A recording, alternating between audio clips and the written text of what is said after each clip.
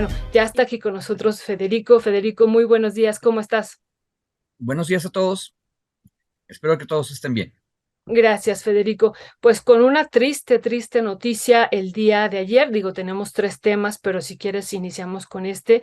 El día de ayer por la noche nos enteramos que falleció el filósofo Enrique Dussel. Realmente lo lamentamos mucho y bueno, pues tú también estuviste también cercano a él porque fue rector de la Universidad Autónoma de la Ciudad de México y bueno, pues nosotros a través de varios estudios también hemos estado cercano, estuvimos cercano a su, y estaremos cercanos toda la vida a su pensamiento.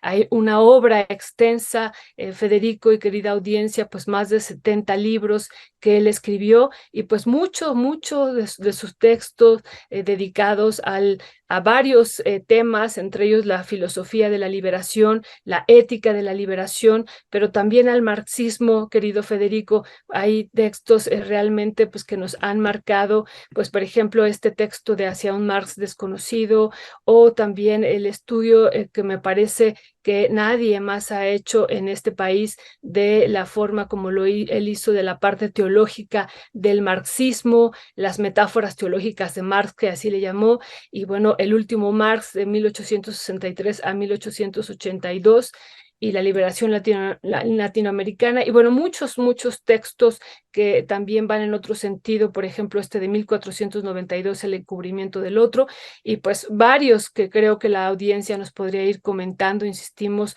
pues son más de 70 libros publicados y una gran cantidad de obra, y por supuesto una ética y congruencia que siempre mantuvo, querido Federico. ¿Qué nos podrías comentar tú que pues estuviste también cercano a él en este contexto de que fue pues, rector de la Universidad Autónoma de la Ciudad de México?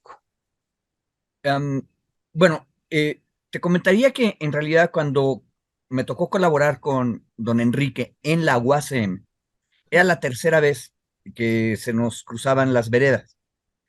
Y la primera, igual que con todos los demás, fue en la universidad.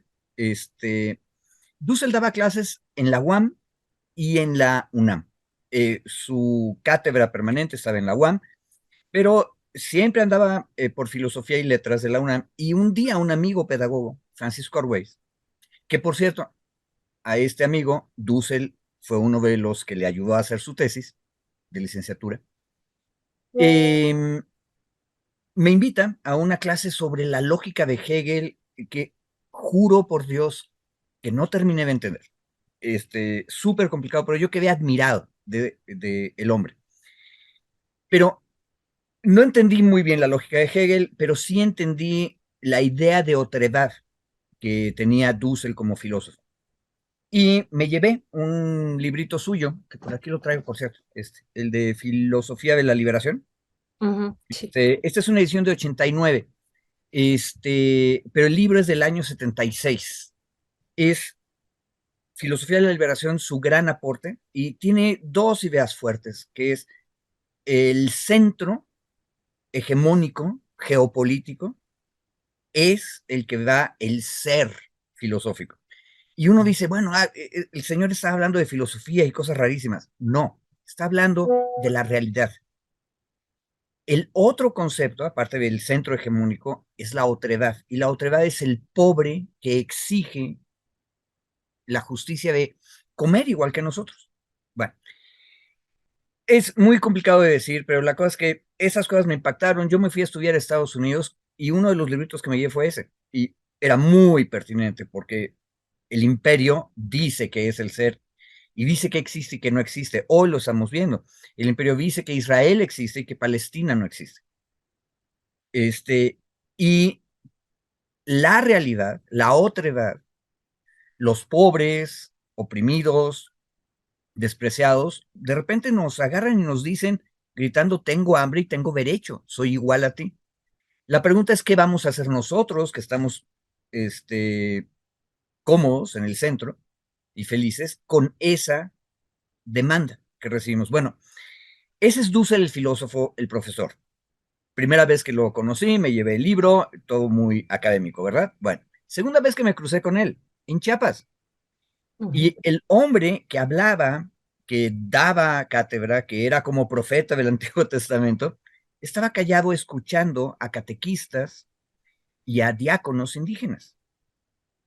Y luego me contaron mis amigos de la diócesis de San Cristóbal que don Enrique llevaba una vida entera yendo y viniendo a Chiapas haciendo eso. O sea, el que hablaba en la clase es el que escuchaba en las comunidades. En otras palabras, él estaba escuchando al otro del que escribía y actuaba en consecuencia, ayudaba a construir una cosa nueva, porque oímos al otro que tiene hambre y la pregunta es, ¿qué vamos a hacer con eso? Entonces, lo positivo, lo correcto es actuar políticamente con el otro para construir algo nuevo y justo, para reformar, para cambiar, para revolucionar el Estado. Bueno, el asunto es que mi tercera vez fue hasta la UASM y ahí es algo así como la síntesis alucinante. Dussel, que había estado teorizando y escuchando y teorizando, de pronto pasa a la acción y a la praxis. Y lo hizo de una manera impresionante, bella. Él no deseaba ser rector, él no deseaba el poder rectoral, y sin embargo le cayó en las manos porque era la única persona que podía convencer a todas las partes de que había buena fe y de que podía construirse algo mejor. Y gobernó la UASM escuchando siempre al consejo. Ojo, es un consejo que tiene mitad de profesores y mitad de estudiantes. No hay juntas de gobierno, como en la UNAM. Es un gobierno paritario, serio, responsable, por cierto, va pedrada a los académicos. Yo vi siempre mucho más responsables a los estudiantes que a las y los profesores cuando tomaban decisiones y cuando discutían. Y lo impresionante de Dussel es que escuchaba y actuaba de acuerdo con lo que decía el consejo. Y de hecho él fue el que lo dijo hoy en la mañana, el presidente en la mañanera, el que salvó de una crisis a la UASM, porque había un gran movimiento, una huelga, porque la rectora anterior, Orozco, había tratado de imponer un sistema vertical autoritario y la UASM está construida legalmente a través de un sistema horizontal. Bueno, Dussel recuperó el sistema horizontal y lo hizo funcionar bien. Y años después, que por supuesto, hacer política tiene consecuencias, me tocó decirle a Dussel que tenía que ir a la Junta de Conciliación y Arbitraje a rendir testimonio porque él era el rector cuando hubo un asunto. Ahí va el profesor Dussel y él me decía que había sido impresionante y magnífico haber tenido la oportunidad de pasar a la acción, de pasar a la praxis. Y lo hizo muy bien. Entonces, mi comentario es, igual que mi amigo pedagogo me lo acaba de decir en WhatsApp, qué vida tan bien vivida y qué tristeza que a solo 88 años se nos haya acabado. Pero creo que vale la pena leerlo, recordarlo y emularlo. Hay que imitarlo, oír al otro, actuar a favor del otro, junto con el otro, porque si no es caridad malentendida, ¿eh? Es, y esa es la otra cosa, porque de hecho hay un cuarto momento. Ujú. Coincidí con Dussel en Morena, en el Instituto de Formación Política, Sí, sí, sí. construyendo precisamente una política nueva que parta desde la otra edad y desde abajo. Sí, en realidad son cuatro momentos. Un gran hombre, pues, y aparte, un buen hombre. Son bien raros. Pues qué bárbaro, acabas de hacer todo un recorrido muy, muy interesante desde esta clase de filosofía en la Facultad de Filosofía de la UNAM, luego en Chiapas, ya como rector y como tú dices, en Morena. Y bueno, y este tema que me parece también bien importante que tú estás retomando, la otredad, que lo que tú sintetizas y dices, pues era el otro, el pobre, y partir de estas realidades para transformarlas, que también ahí está esta parte desde el marxismo y desde otras prácticas, querido Federico. ¿Tú qué dirías en torno pues, a este concepto que también pudimos leer en Sánchez Vázquez, la praxis, pero que Enrique Dussel lo llevaba muy muy bien pues a la acción, a la práctica, tejiendo esta teoría y esta práctica, y que realmente pues insistimos fue todo un ejemplo, y que bueno, qué bien que recuerdes su acción y su vivencia en Chiapas, y que escuchaba, ¿no? Que eso es algo muy, muy importante en esta idea de sociedades de la escucha. Él escuchaba, ¿no? Y me parece que también lo reflejaba en sus textos, esta sociedad de la escucha. ¿Qué decir sobre esto, Federico? Mm, Un detalle, en alguna otra conferencia que dio él en San Luis Potosí, él decía que una cosa muy rara de la izquierda es que la izquierda no discute a las y los líderes. Somos tan buenos y tan puros, tan radicales y revolucionarios, que no queremos hacernos cargo de que al hacer política tienes que discutir los liderazgos. Entonces está muy poco desarrollada la idea del liderazgo. Y Dussel, no en los libros que mencionamos ahorita tú y yo, pero sí en otro que yo creo que va a ser más importante leer hoy en día, en la política y en las 20 tesis de política, se mete al tema del liderazgo. Y se mete de una manera compleja. Y hay un detalle, Lenin es un gran pensador universal, pero la solución de Lenin al problema era que el partido es la vanguardia y el partido sabe mejor que el proletariado qué es lo que hay que hacer. Y la solución de Dussel es que no puede separar el liderazgo y la vanguardia de la gente. Tienen que estar constantemente en comunicación. Es más, tendríamos que acercarnos a la utopía de que, para usar los términos de Lenin, todo el proletariado o todo el pueblo, en los términos de Dussel, junto va caminando. Nada más que es un gran relajo, ¿verdad? Porque la logística y la organización es muy difícil. Pero esa es la utopía a la que tenemos que acercarnos. Y tú no puedes dividir y hacer una vanguardia. Entonces la vanguardia sí sabe y los demás no saben. No, no, no. Tiene que haber constante comunicación. Y por eso me parece tan importante la práctica concreta de Dussel, la escucha permanente. Y ahí es donde el verdadero liderazgo funciona. Pero, ojo, no idealicemos. Los liderazgos tienen una función, tienen que tomar decisiones. Y cuando Dussel fue rector de la UACM, también tenía que tomar decisiones, y no siempre fue coser y cantar con el consejo, ¿eh? A veces se agarraban de la greña, y yo era el abogado general, y confieso que a veces veía que tenía razón el consejo y a veces tenía razón el rector, y uno tenía que capotear la tempestad para encontrar qué era lo mejor, colectivamente hablando. O sea, no es fácil. Tú necesitas tener buenos líderes, buenas lideresas. Y ese tema no lo hemos discutido bien en la izquierda. Y precisamente por eso estabas ahorita hablando acerca de quién va a ser el coordinador para la Ciudad de México de Morena, ¿verdad? Es un problema de liderazgo. ¿Qué persona es la que puede representar mejor a esa gran otredad que es el movimiento de regeneración nacional en la Ciudad de México? Ese es el debate. Y siempre nos vamos a agarrar de la greña. Entonces, creo que hay Dussel para rato. Ahorita nos pasaron en la pantalla todas las portadas de los libros. Y por cierto, Dussel tuvo un detalle bibliográfico importante. Si mal no me acuerdo, prácticamente todos sus libros ya son accesibles vía internet, porque lo que le Sí. interesaba es que se leyeran. Y yo les agregaría, pues hay que leerlos y luego practicarlos. Está excelente eso, leerlos y practicarlos. Y hace apenas unos días recordábamos también, ahorita ya lo dijimos, pero este texto a propósito del 12 de octubre, de que aprendimos o mal aprendimos el descubrimiento, entre comillas, de América, este Ujú. texto que nos sirvió mucho a todos y a todas, 1492, el encubrimiento del otro, ¿no? Y toda la discusión de el mito de la modernidad, ese Ujú. realmente ha marcado muchas generaciones, querido Federico, y otros textos, como tú dices, pues que muchas personas de la audiencia nos están aquí diciendo de Dussel, pero otros textos que nos parecen también claves, además de todos, para mí que han sido también fundamentales todos estos textos del marxismo, de hacia un Marx desconocido, y muchos otros que tiene sobre Marx. Por eso hemos leído varios hoy día varias crónicas sobre Dussel, pero pocos hacen énfasis en también en su estudio de Marx. En verdad, eso me ha sorprendido, así es que aquí pues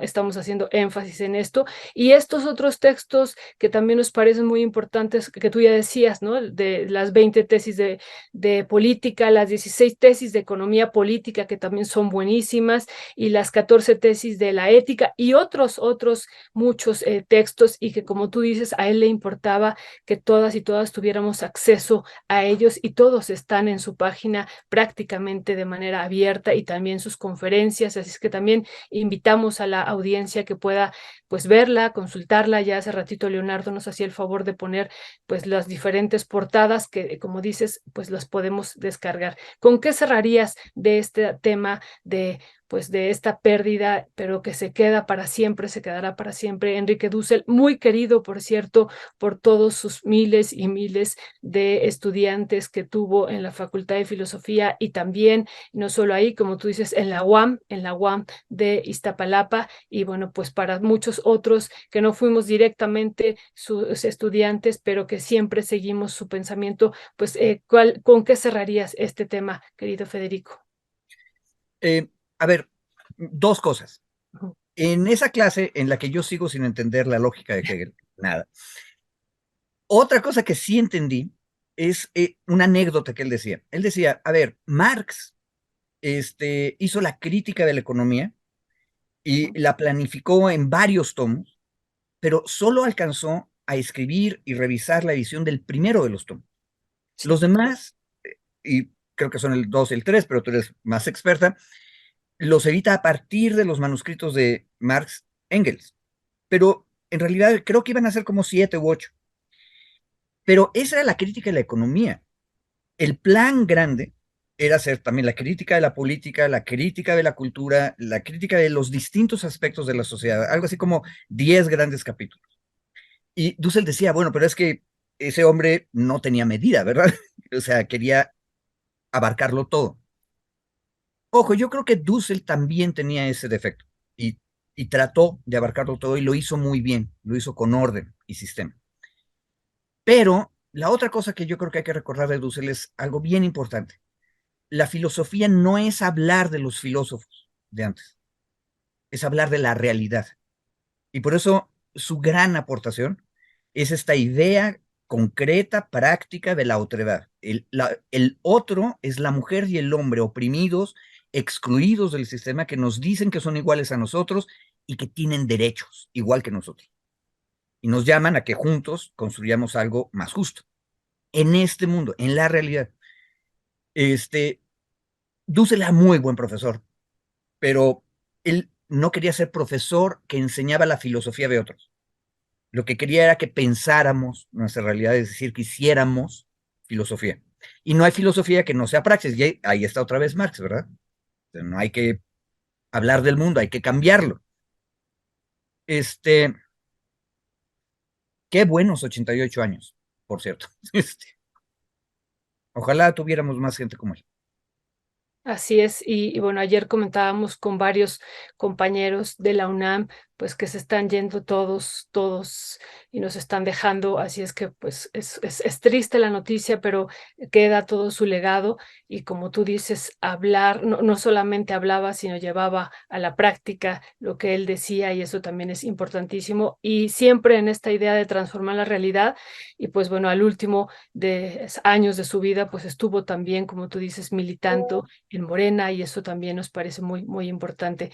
Pues hace poco también tuvimos, Federico, la muerte pues de Adolfo Gili, también del gran maestro, también de don Pablo González Casanova, y bueno, también de Franz Hinkelamer, y de muchos otros que se están yendo, y que nos parece pues triste, pero que queda aquí su legado. Y bueno, aquí qué bueno que también tenemos todos y todas acceso a la obra, a la vasta obra, inmensa obra, que como tú dices, intentó abarcar muchísimos elementos y lo logró, y además muy bien logrado. Pues el doctor Enrique Dussel, le mandamos un fuerte abrazo también a toda su familia. Y bueno, pues ya seguiremos platicando de él durante estos días, estoy segura, Federico. Y bueno, pues queda aquí su praxis y su idea de transformación siempre, siempre, pues aquí presente entre todas y todos nosotros. Gracias, qué bueno que pudimos hablar un poquito de Enrique Dussel, y que bueno, también hoy fue tema, como tú dices, de la mañanera. Así es que bueno, pues pasemos a otro de los temas también que nos parece muy importante, pues es este amparo contra la reforma a la ley minera, que tú ayer nos hacías una observación muy, muy importante. Pues hemos estado también comentando en este espacio cómo pues hay un intento desde la Suprema Corte de Justicia de la Nación de declarar la ley minera que se aprobó en abril de 2023 como inconstitucional. Todavía eso pues no ha pasado, está ahí pendiente, Federico, pero bueno, hay algunas empresas pues que se han ido avanzando en obtener algunos amparos, y bueno, esta es una. ¿Qué decir sobre esto que compartíamos ayer, Federico? Bueno, creo que la reflexión que podríamos empezar a hacer sobre estos amparos, bueno, primero los datos. Hay un despacho de abogados en Chihuahua, hasta donde yo entiendo, que lograron, esa es la nota, que en el expediente 1364 de este año, 2023, se declare que la reforma a la ley minera es inconstitucional. Es un amparo, hay que tener mucho cuidado con eso. Y para los que no son abogados ni abogadas, el juicio de amparo tiene un defecto de nacimiento. Desde que se diseñó, le cortaron una pata. Esa es la verdad.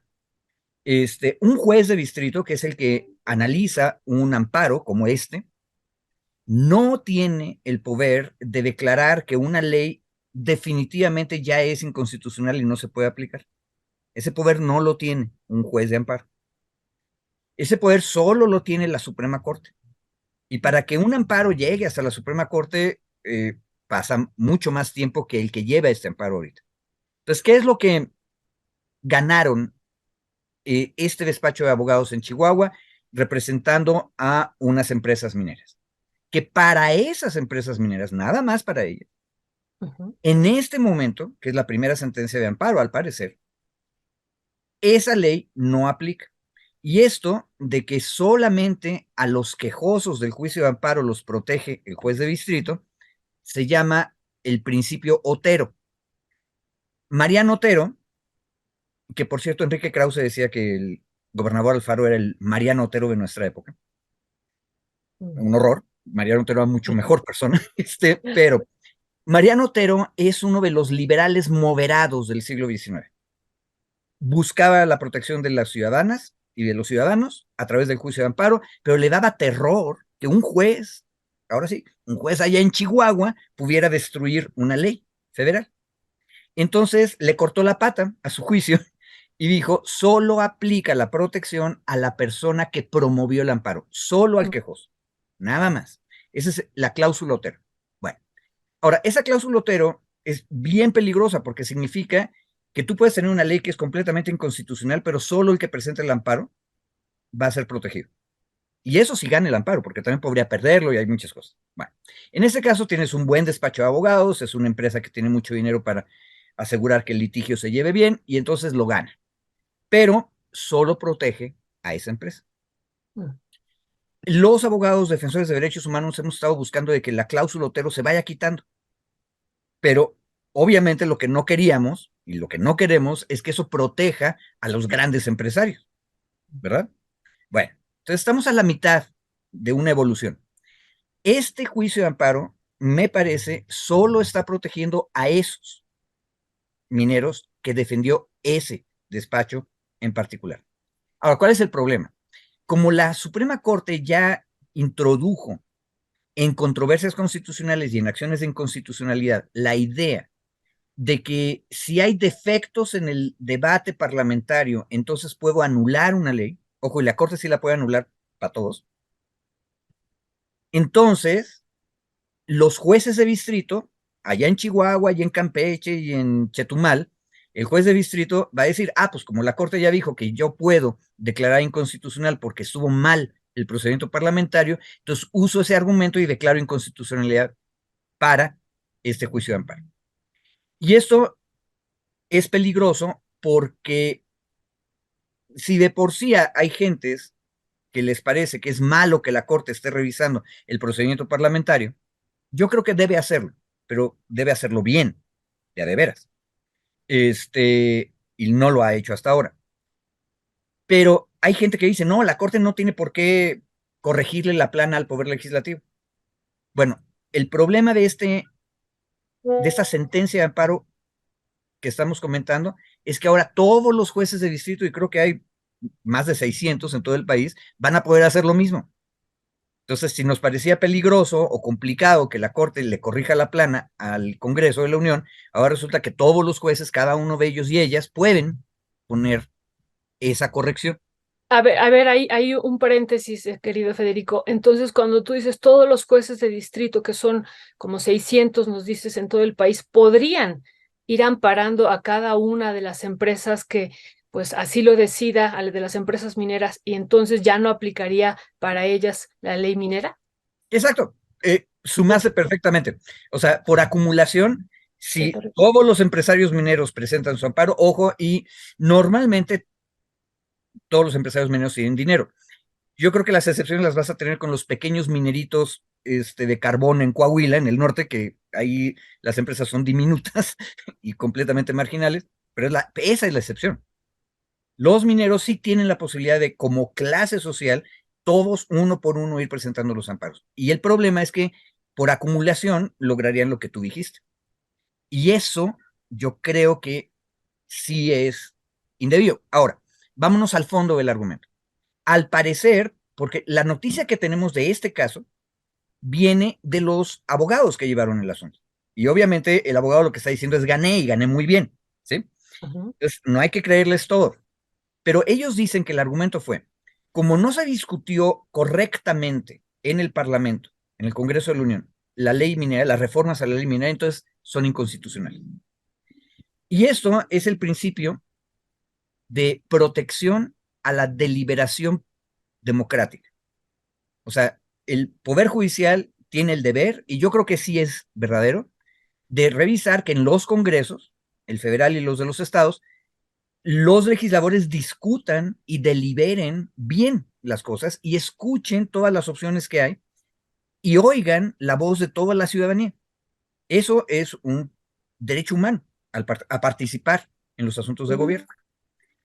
Eso está bien. Ahora, el problema, y tú lo sabes, Violeta, las reformas a la ley minera fueron discutidas en profundidad por la sociedad civil.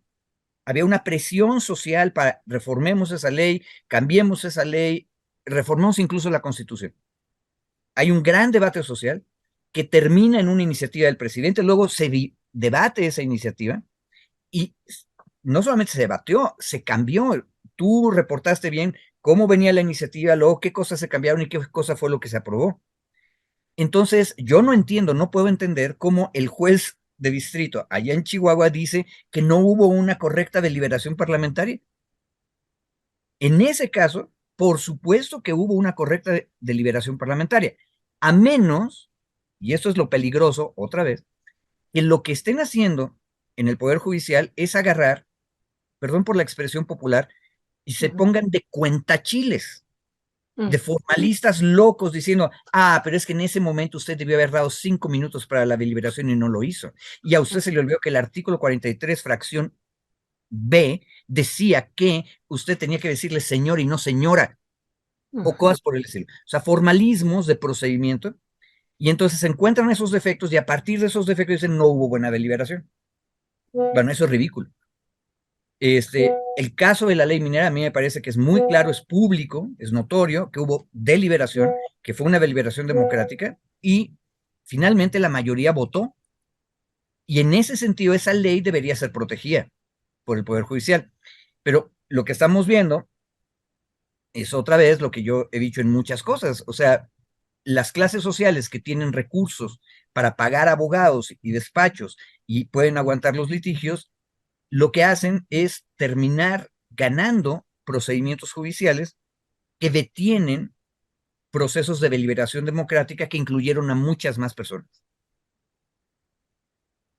Gracias, Federico. Federico, entonces tú estás viendo dos problemas. El primero es esto, que todos los jueces de distrito pudieran hacer lo mismo con aquellos empresarios mineros, los grandes empresarios mineros, que son los que tienen realmente el control de la minería en este país, fundamentalmente.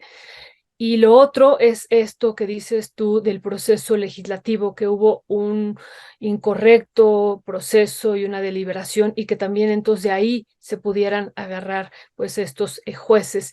Entonces, ¿qué hacer pues como sociedad frente a una decisión que, como tú dices, pues viene incluso de varios años atrás, de un movimiento que ha estado en los territorios clamando porque esta reforma sea una realidad, que se modificara la ley minera y que después fue un compromiso del gobierno del presidente López Obrador, ¿no? Fue parte de su proyecto de campaña por el que votamos una inmensa mayoría de este país y después se llevó a la Cámara de Diputados y nuestros representantes decidieron modificar también la ley minera. Pero viene todo un proceso atrás, además hubo un proceso legislativo interno en Cámara de Diputados y bueno, pues los jueces o este juez hoy decide pues que esto no fue así. Entonces, pues, ¿qué podemos hacer como sociedad frente a este inmenso poder judicial que está echando para atrás todo este largo camino que, insistimos, viene de décadas atrás, querido Federico? A ver, a mí se me ocurre una imagen. Lo que tenemos que hacer es arrancarles la toga para descubrir que estos reyes judiciales van desnudos. Ahora, ¿cómo les arrancamos la toga? Este, primero, tenemos que exigir que la sentencia de la que nos están platicando los abogados que ganaron, ¿sí?, la conozcamos completa. Y aquí tenemos un problemón que me lo subrayó un amigo litigante hace algunas semanas. El Poder Judicial Federal, solo el Poder Judicial Federal, tiene un sistema para publicar sus sentencias, pero es un sistema lento y luego es bien difícil en el mero momento ahorita ir a ver esa sentencia. Ahora, cuando ya la logremos ver, vamos a tener un problemón. El problema va a ser que en el nombre de la protección de datos personales, van a quitar los nombres de los quejosos. O sea, vamos a tener todo el argumento, pero no vamos a tener quienes están promoviendo el amparo, ¿sí? Eso no aplica exactamente para empresas, pero hay que tener cuidado porque con ese pretexto te pueden ocultar quiénes son los empresarios o las empresas que están quejándose y promoviendo el amparo. Pero para eso tenemos al cuarto poder, que es la prensa. La prensa puede hacer una investigación y saber, o sea, este abogado, quiénes son sus clientes, entonces su cliente es este empresario minero, entonces es este empresario minero, ¿sí? Y aparte de la misma sentencia se puede sacar esos datos. Y entonces hay que desnudarlos en público y decir, a ver, si tú eres un empresario minero poderoso, y ese es el caso, entonces vas a lograr esto. Y decir con todos los datos y los detalles el argumento que acabo de plantearles. Este empresario lleno de egoísmo, digo, vamos a seguir siendo ducelianos, ¿no?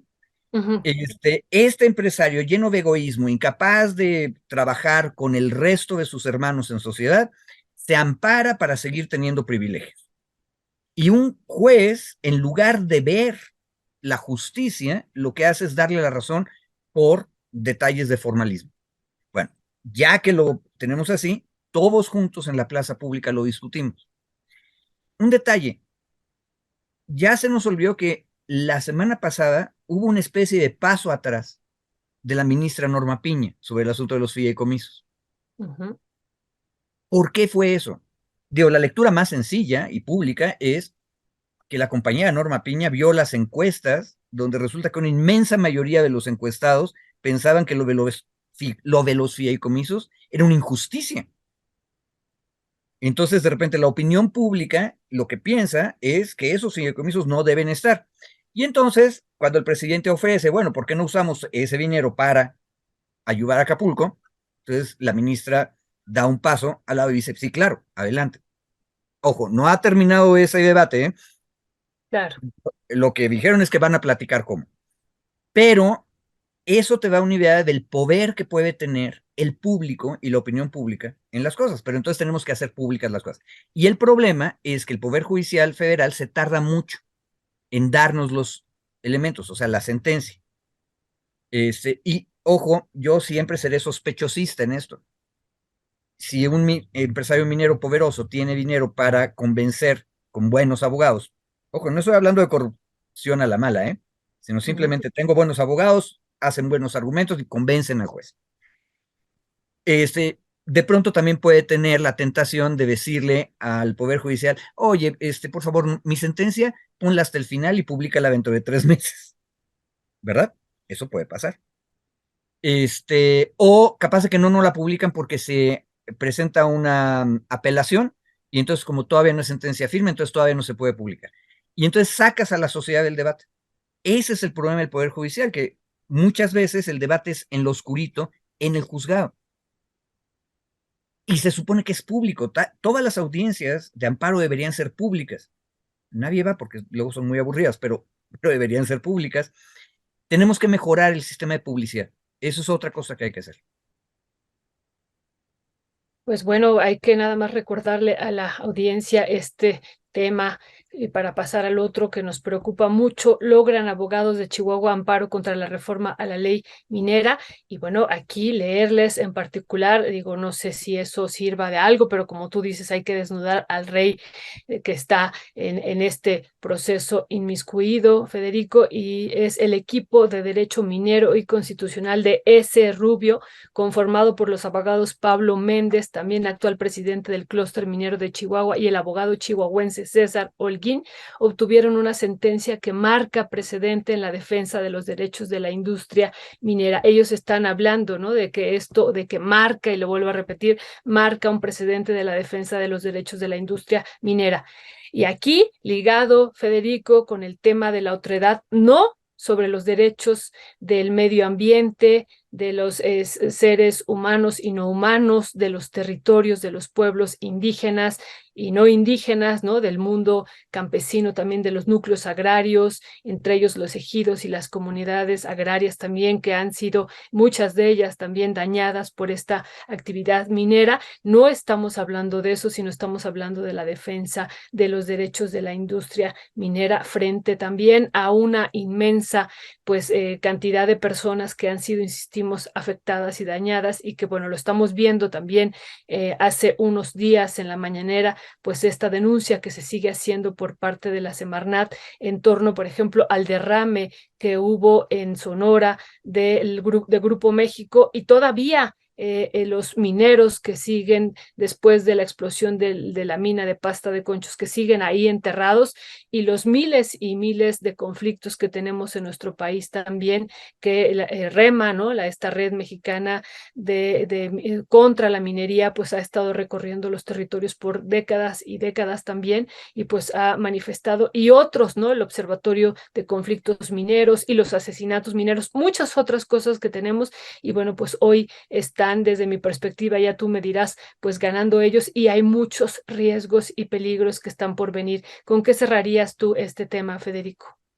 Em, yo creo que es muy importante que quienes nos están escuchando y todos los demás que tienen acceso o práctica judicial, nos ayuden. El expediente es el 1364 de 2023 y lo que no nos terminan de decir es en qué juzgado, Uh pero -huh. debe ser uno de los juzgados de Chihuahua. Entonces, hay que empezar a hacer la búsqueda para encontrar la sentencia. Si la sentencia no está a disposición, hay que decir, todavía no está a disposición, queremos verla. Habría que pedirle a los reporteros en Chihuahua que vayan con estos abogados y con los quejosos a decirles, a ver, explíquenos mejor. ¿Por qué dicen ustedes, y el juez parece que les dio la razón, que no hubo deliberación democrática? ¿Cuál fue el defecto que encontró el juez? Que nos lo digan y empecemos a discutirlo en público. Porque ese asunto, yo soy seguro que en algún momento este amparo, esta sentencia, si es de primera instancia, se va a ir a revisión. Uh -huh. Y entonces se va a volver a discutir en un tribunal colegiado. Tal vez llegue a la Suprema Corte. La apuesta de estos mineros, que lo que quieren es oprimir, diría Dussel, es que la Corte les va a dar la razón, porque la Corte está ahorita de formalista diciendo que si usted se equivocó en el paso número 43 y medio del procedimiento legislativo, entonces anulo la ley. Esa es la apuesta de ellos. Bueno, ok, que hagan su apuesta, pero la sociedad, los núcleos agrarios, los que defienden los derechos de la naturaleza y de las generaciones futuras, tenemos también derecho a enterarnos de ese argumento y luego estar ahí alrededor. Ojo, las audiencias de la Corte también son públicas y oír qué están diciendo y cómo es que van a decidir este asunto. Yo tengo la impresión de que si los ministros y ministras, los magistrados en los tribunales colegiados, se dan cuenta que afuera está la gente esperando a ver qué dicen, van a tener un poquito más de vergüenza. A eso me refiero, que hay que quitarles la toga, mostrarles que están desnudos. Y ojo, la desnudez tampoco es una cosa mala. Si la persona es justa y defiende las causas de la mayoría, no debe tener vergüenza. Pero tenemos que estar ahí, porque de otra manera van a ganar los que siempre ganan, que son los que tienen el dinero y los abogados poderosos.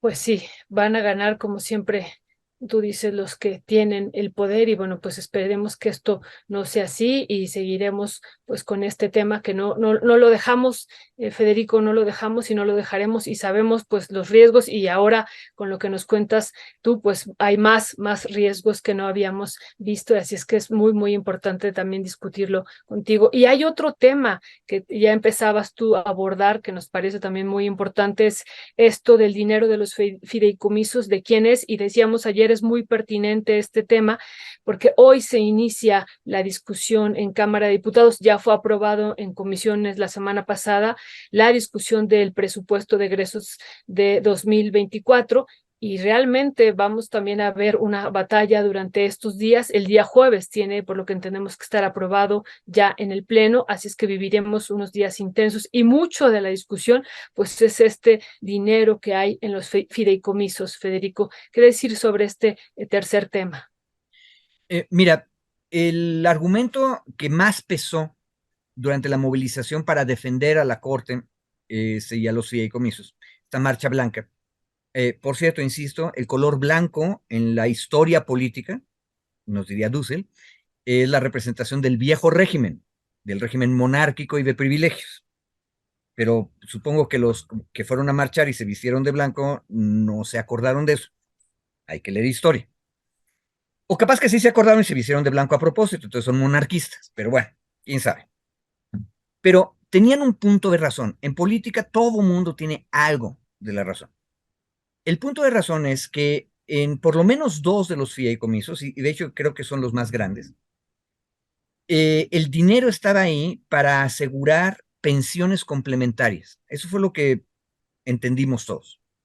Ahora, pensión complementaria significa que aparte de la pensión a la que tienen derecho como servidores públicos, las mujeres y hombres que trabajan en el Poder Judicial, aparte les van a dar una pensión complementaria. O sea, es un régimen de pensiones especial. Ahora, es libre la institución de pactar con sus trabajadores ese tipo de prestaciones.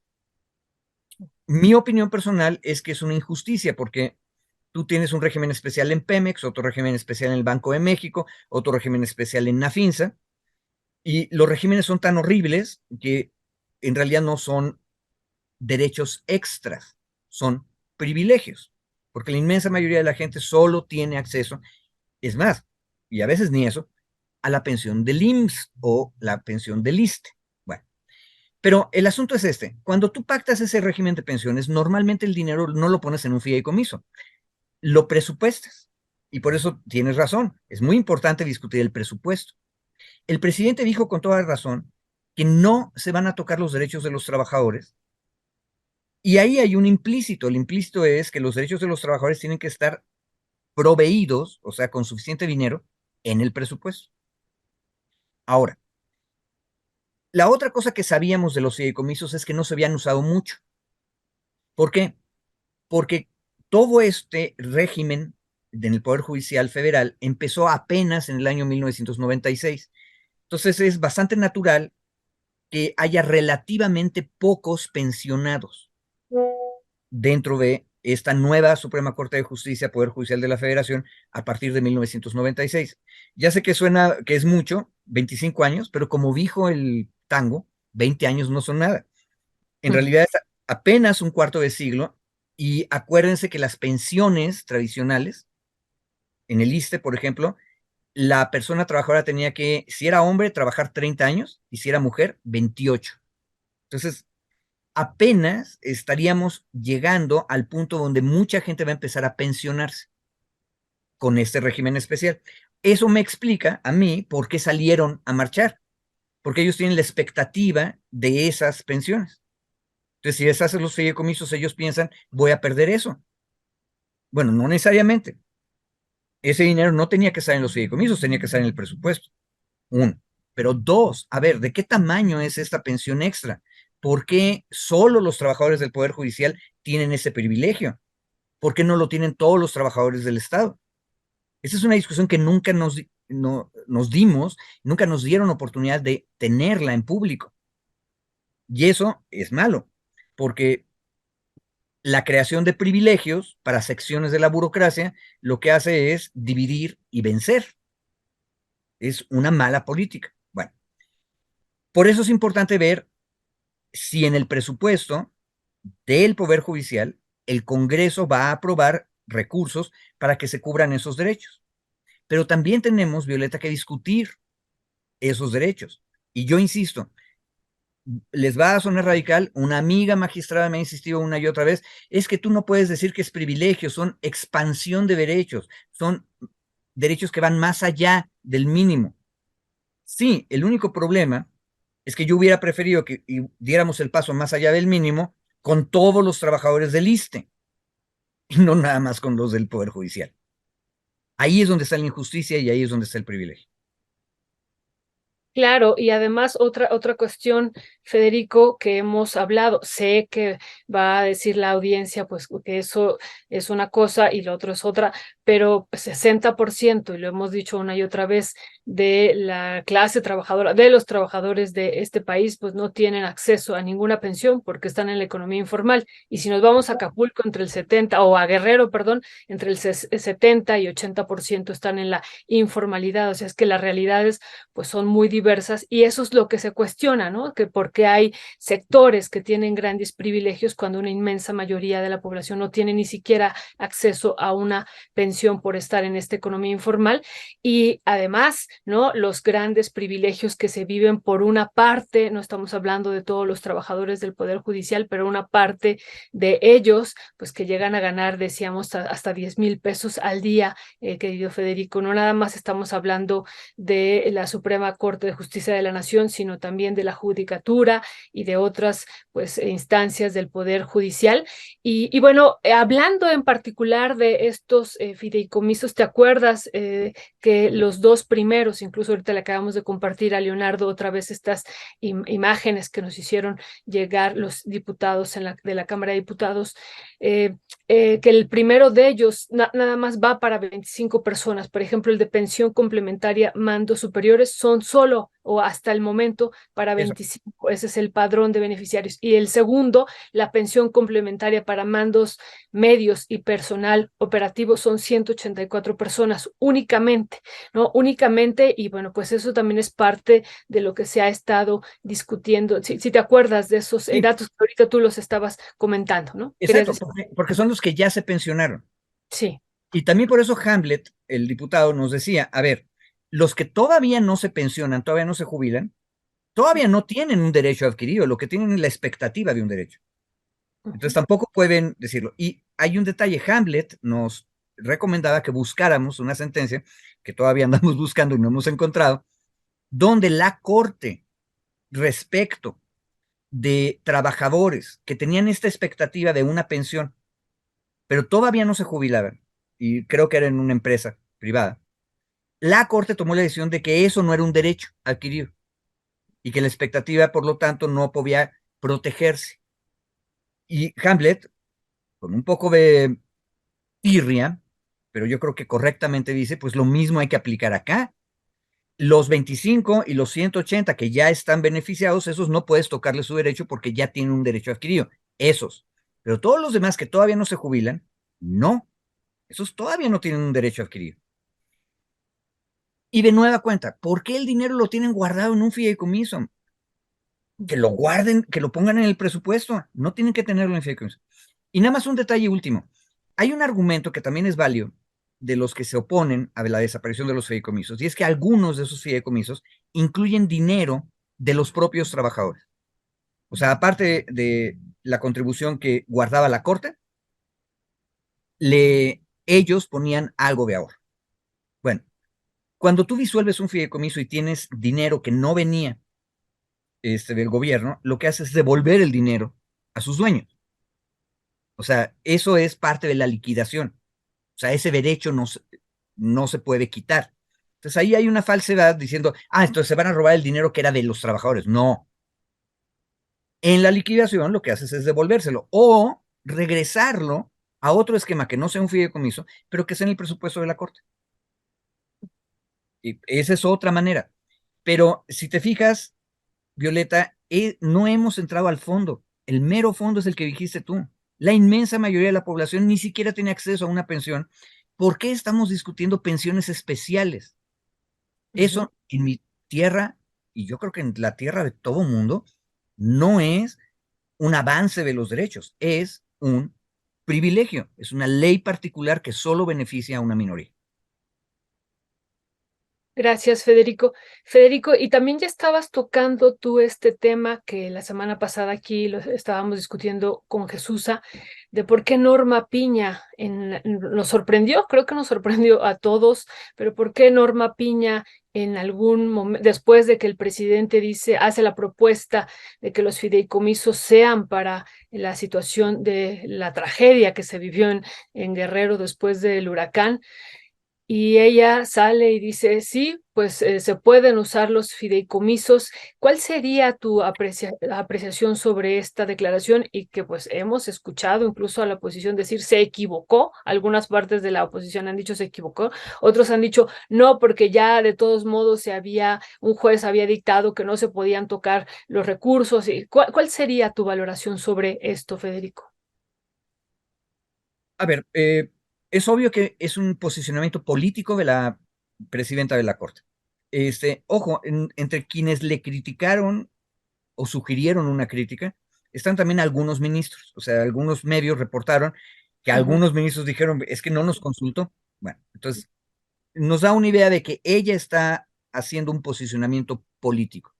Mi lectura es que ella leyó correctamente las encuestas que estaban saliendo en esos días, que decían con toda claridad que la mayor parte de la opinión pública no ve justa la causa de los fideicomisos del Poder Judicial, que considera que son privilegios. Capaz de que no con todos los detalles o por qué son privilegios, pero la opinión general es una mala idea. Y eso es un desnudar a la Corte. O sea, hubo una movilización que, como dijo el presidente, tenían todo el derecho de salir a marchar, pero al parecer no lograron impactar ni convencer a la sociedad en general de la justicia de su causa. Al contrario, la percepción es que la causa de los fideicomisos del Poder Judicial es injusta socialmente. Entonces, la ministra reacciona y aprovecha la oferta para tratar de encontrar una salida decorosa. En Estados Unidos se le llama salvar la cara, ¿sí? Y salir airosa del problema en que estaba. Pero ojo, no se ha rendido. Ella dice, empecemos a platicar cómo hacerlo. Ojalá y en esa plática salgan todos los detalles que estamos discutiendo y otros. Por ejemplo, uno de los fideicomisos sirve para mejorar las casas de los jueces y magistrados. Cuando tú le preguntas a gente que está en el Poder Judicial, te enteras que eso no es porque van a mejorar su casa.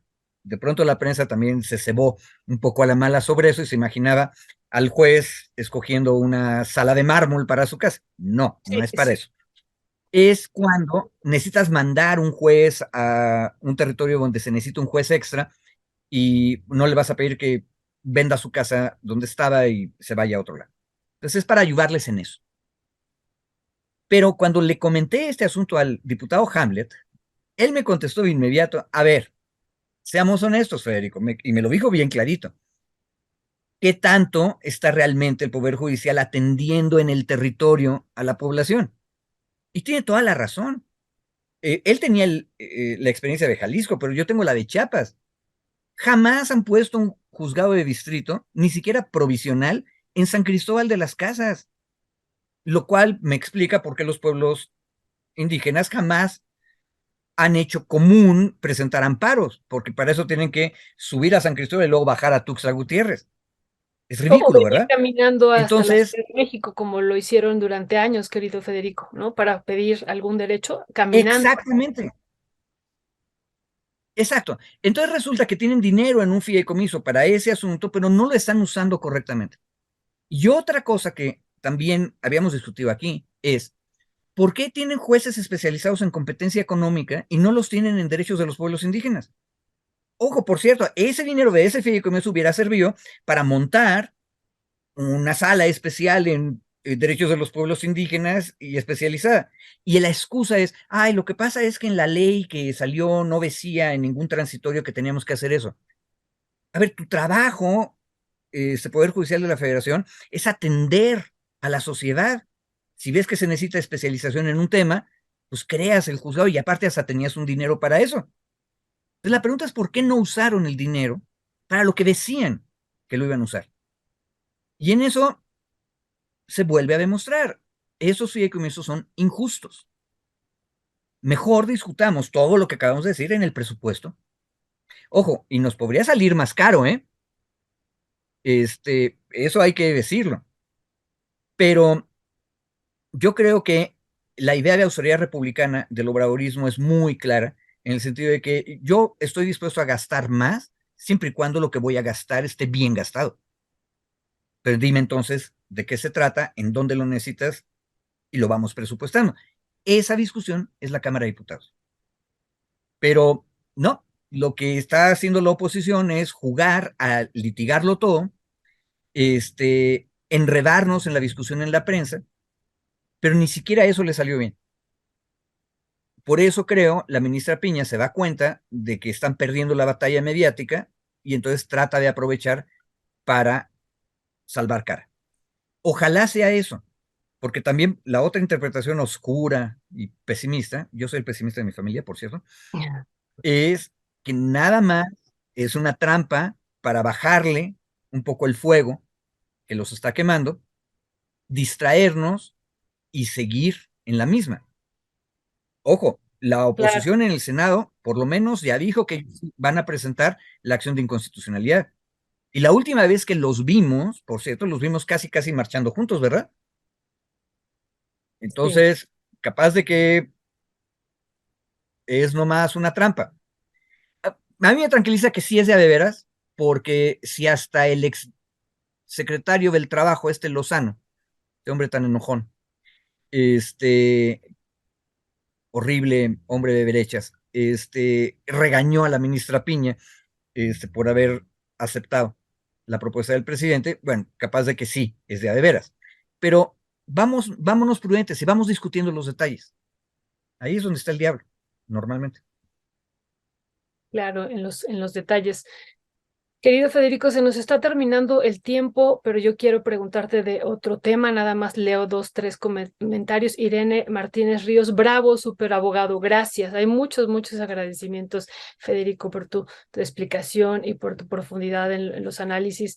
Y luego hay uno que también aquí me llama la atención, de Angélica Neira Bruno, licenciado Federico, eso ni los trabajadores lo saben, ellos no saben ni en cuál están sus aportaciones, que eso también es otra cuestión, ¿no? Ya después les estaremos presentando algunas entrevistas que hicimos a algunos integrantes del Poder Judicial sobre los fideicomisos y sobre sus pensiones, y también había, pues no sabían exactamente dónde estaban, y esto es algo que está también aquí confirmado. Angélica Neira Bruno, y dice pues que no saben ni dónde están porque es tan obscura esta situación, que pues es parte de una realidad que se está viviendo. Otra vez, Angélica Neira Bruno, exactamente, Federico, el presidente le lanzó una tablilla una tablilla de salvación, una tabla de salvación, supongo que quiso decir, o tablilla también le podemos decir, y muchos otros comentarios Team, increíble que Olga Sánchez Cordero se haya opuesto, y bueno, varios comentarios. Pero lo último que yo quisiera preguntarte, Federico, es que estamos en una semana decisiva para el país.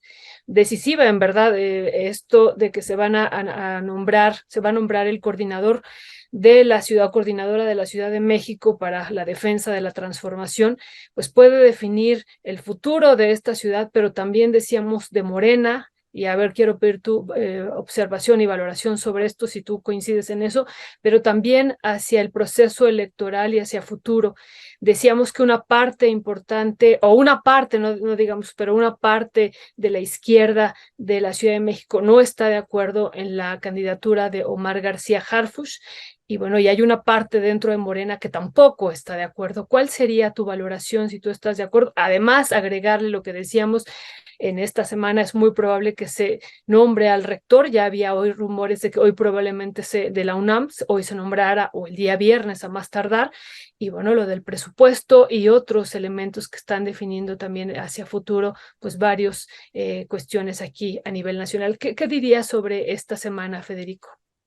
Eh, a ver, es una semana muy importante y muy tensa, pero yo creo que hay que ver a veces la parte positiva del asunto.